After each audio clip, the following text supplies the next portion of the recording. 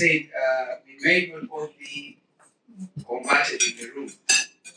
In fact, if we were to search ourselves and search our hearts and search our activities, maybe last night some of us subjected some people to corporal punishment, or even this morning while taking them to school, children, or even at home. But in the case of Uganda, and globally, first of all, I'd like to say that the issue of corporal punishment is a widespread problem. It's not necessarily limited to our country or our region. Globally, it speaks to 1.3 billion children experiencing corporal punishments annually. The SDG 16.2 that speaks against violence, because corporal punishment is a form of violence and falls under physical violence, was a response to what was being seen as happening to children across the world. And in Uganda and globally, physical violence still stands out as the most common form of violence. So corporal punishment is actually the most common form of violence, so the most prevalent form of violence. And in our setting in Uganda, the statistics are not necessarily telling us or pointing a good picture in terms of progress. We have the study that was done in 2015 but released in 2018. It was the National Survey on Violence Against Children, which many of us are familiar with. And the findings from this study pointed out that in the region, if we did a cross-country analysis, and we found out that actually Uganda we were leading in physical abuse. So in terms of corporal punishment, we would get a medal if they were awarding medals.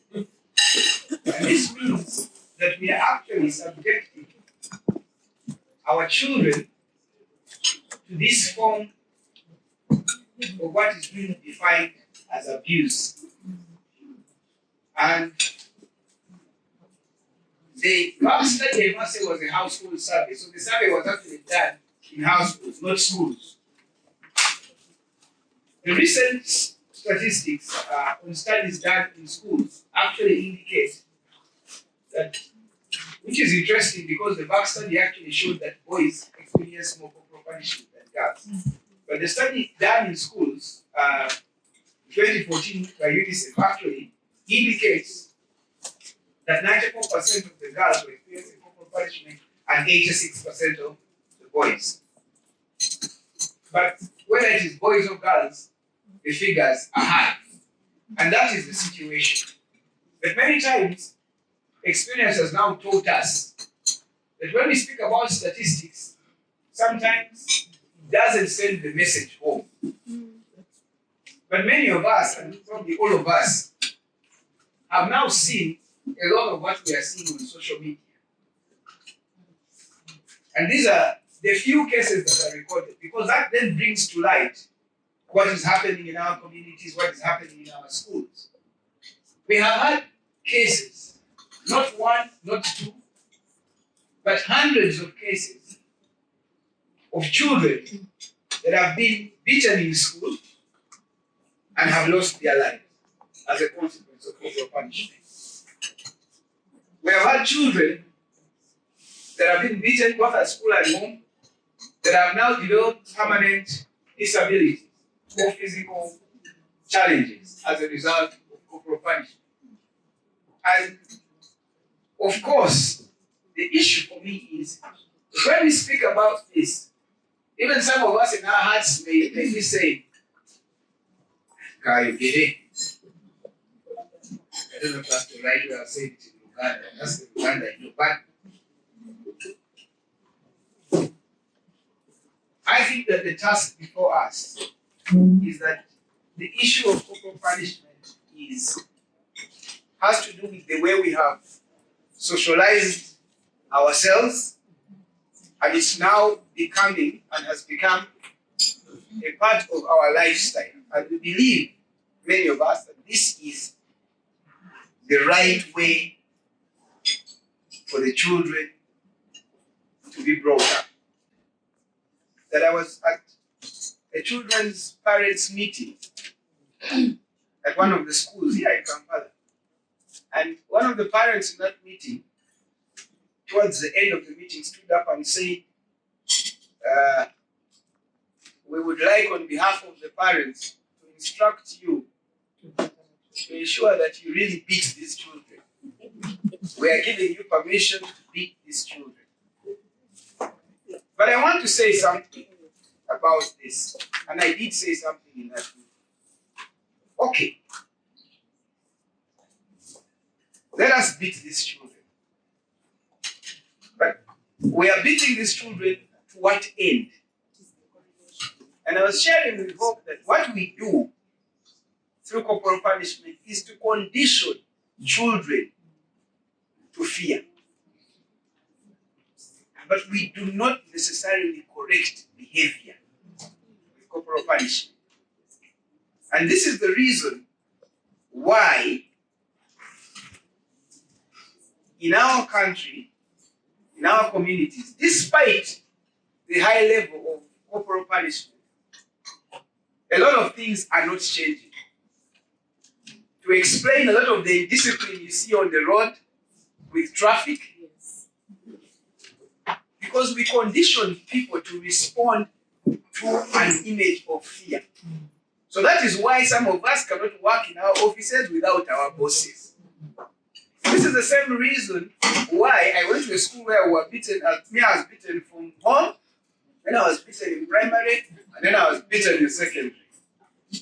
But the problem was I wasn't beaten alone. And when we went to university where there was no one to beat, many people just fell through the cracks because there is no one to beat. And this is the issue. That a lot of what we think we are correcting is creating long-term challenges. Because children cannot take initiative. You are beaten to be in time, and this is also the source, in my opinion, of this concept of African time.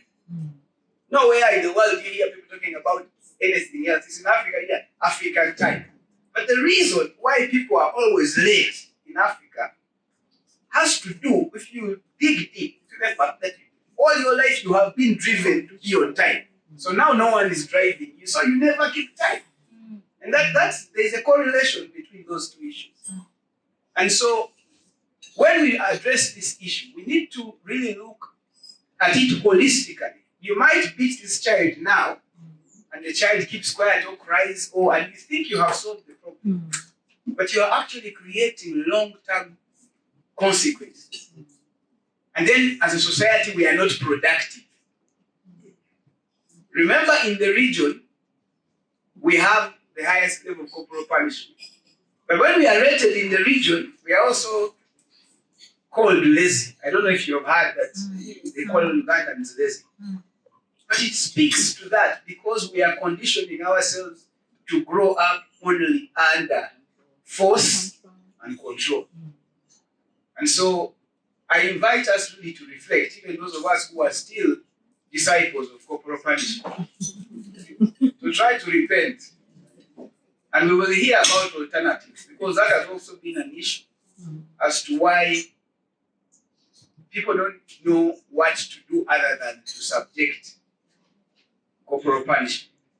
It also has a lot to do with the issue of domestic violence, because you are beaten, so the only way you think you can solve a problem is to beat. And so we have one of the highest levels of domestic violence also, and I'm sure that those in authorities and police can attest to this, but even the data that we have speaks to this.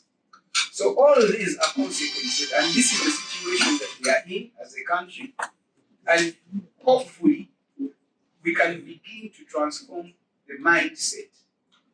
The issue is in the mind.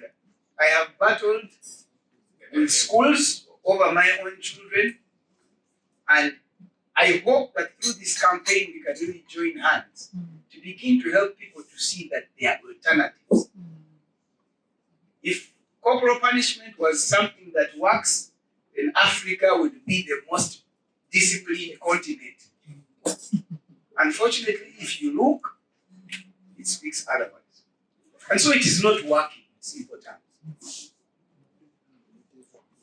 So the numbers are there, but the numbers have people, and these people are living with consequences. Thank you for